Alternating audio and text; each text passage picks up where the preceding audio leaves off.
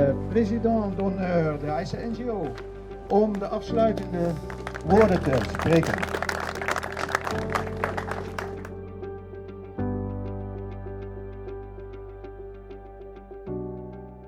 Bonjour à tous. Je suis très heureux d'être avec vous à cette clôture de ce jardin de la paix. Pour moi, cette clôture,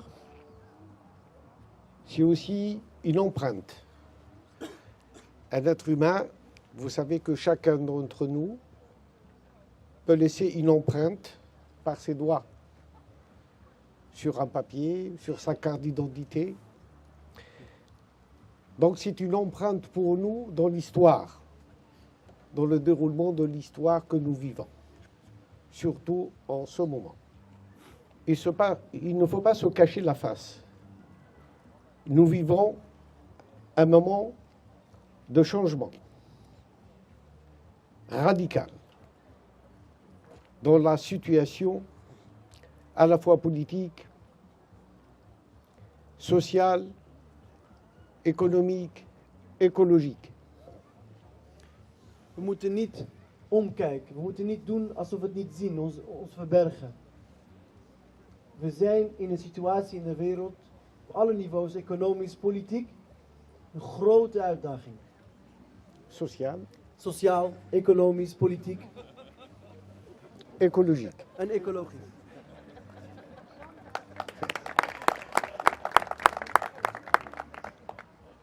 Nous devons aujourd'hui nous remettre en question. Le courage est que chacun d'entre nous doit se remettre en question. Cette rupture entre un moment de passage entre une civilisation vers une autre civilisation. Je vais essayer de vous résumer mon idée. Tant que nous ne verrons pas l'humanité comme un seul corps, dont nous sommes tous des membres, des cellules, tant que l'être humain ne fait pas place à son prochain, que chacun de nous se sente concerné par la construction de cette humanité pour faire face aux défis dans lesquels nous sommes aujourd'hui les témoins. Notre civilisation est aujourd'hui à un point où nous avons brûlé. Nous sommes arrivés sur la terre et cette terre était un jardin. Elle était comme ce jardin. Elle a reçu les hommes, les êtres humains. Elle nous a nourris. Elle nous a permis de croître. Et pourtant, nous sommes en train de la détruire. Alors nous devons aujourd'hui passer, et c'est ça où je dis, il faut avoir le courage de se remettre en question, passer à l'action. Nous savons aujourd'hui que le défi du climat, climatologique, le défi de la pollution de l'air, la pollution des océans,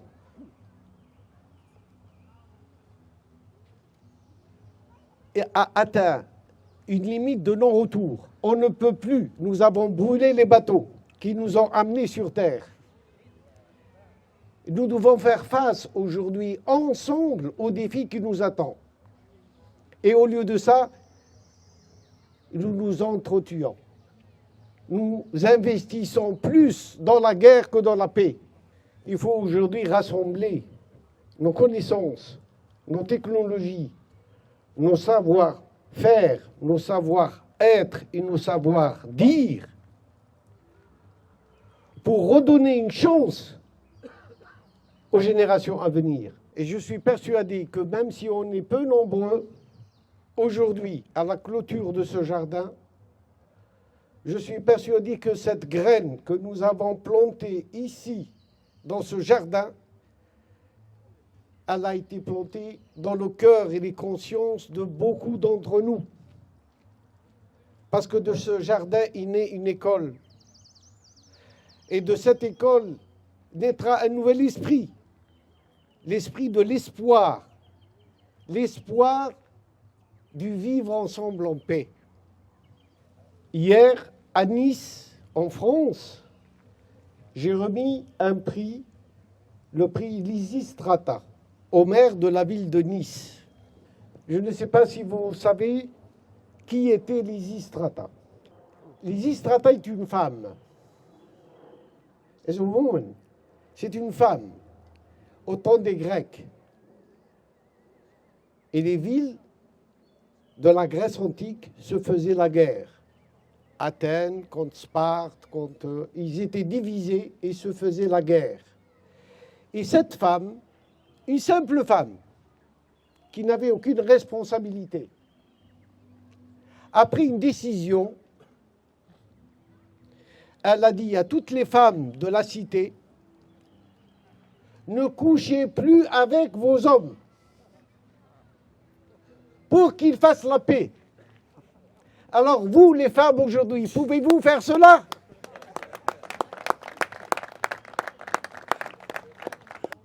Que les femmes aident les hommes aujourd'hui à faire ce pas. Comme je vous ai dit, nous avons brûlé nos bateaux. Nous ne pouvons plus fuir aujourd'hui. Il n'y a plus de fuite possible.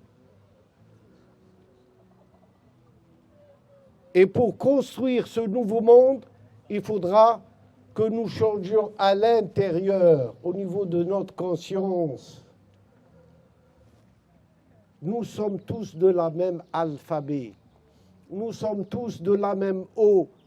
Toutes ces plantes que vous voyez autour de vous, dans leur diversité, sont arrosées par la même eau. Et les lettres de l'alphabet, nous avons A, O, B, X, Y. Il n'y a aucune lettre qui ressemble à l'autre. Elles sont toutes différentes. Mais si elles sont séparées, elles ne signifient rien. C'est un son. Mais si elles sont unies, elles donnent du sens. Alors donnons du sens en nous reliant les uns avec les autres pour le bien commun. Qu'est-ce qui nous est commun? Est-ce que la paix est quelque chose qui a une valeur à nos yeux et que nous pouvons nous réunir dans une synergie pour rendre cette paix possible, à la fois pour nous et pour que les générations qui viennent après nous puissent vivre l'un avec l'autre et pas l'un contre l'autre. Alors donnons du sens à notre vie. Merci, cher ami, d'être présent parmi nous. Un témoin d'une époque, des années 60, où Martin Luther King avait eu un rêve. I have a dream, il a dit. J'ai un rêve. Qu'est-ce que ce rêve? Si ce n'est celui de la paix. Et la paix, ce n'est pas l'absence de conflit, l'absence de guerre. La paix, c'est plus que cela. La paix, c'est quelque chose de sacré. On ne peut ni la vendre, ni l'acheter. Il faut la vivre. Vivre la paix à l'intérieur de soi. Vivre la paix entre nous et vivre la paix avec la nature, avec la terre, avec les animaux, avec les végétaux. Cette terre qui nous a vu naître, grandir, qui nous a nourris et qui va nous recevoir à notre mort. Nous sommes aujourd'hui des prédateurs. Nous pensons uniquement au profit, l'économie du profit. Et nous avons oublié qu'il y a une autre façon d'être, l'économie de la nature, d'être en synergie, en harmonie avec elle. Voilà, je voudrais vous remercier tous d'être présents aujourd'hui, remercier ceux et celles qui ont contribué à donner naissance à ce jardin. C'est aujourd'hui la clôture, mais comme je vous l'ai dit, que chacun d'entre nous prenne une graine de ce jardin et la plante dans sa conscience et la conscience de ses enfants, pour qu'ils restent et ils demeurent toujours des témoins de la paix. Devenons tous les témoins de la paix, des semeurs d'espérance, des semeurs de paix, des semeurs qui font revivre la relation de paix entre nous. C'est ça le plus important. Et regardons tous ceux qui souffrent dans le monde aujourd'hui. Et nous sommes tous responsables de la souffrance du monde. Ceux qui la subissent, les bourreaux d'aujourd'hui, seront les victimes de demain. Arrêtons à jouer à ce jeu infernal où notre ego nous aveugle. L'ego du paraître, l'ego de la puissance. Une puissance sans sagesse nous mène à la ruine.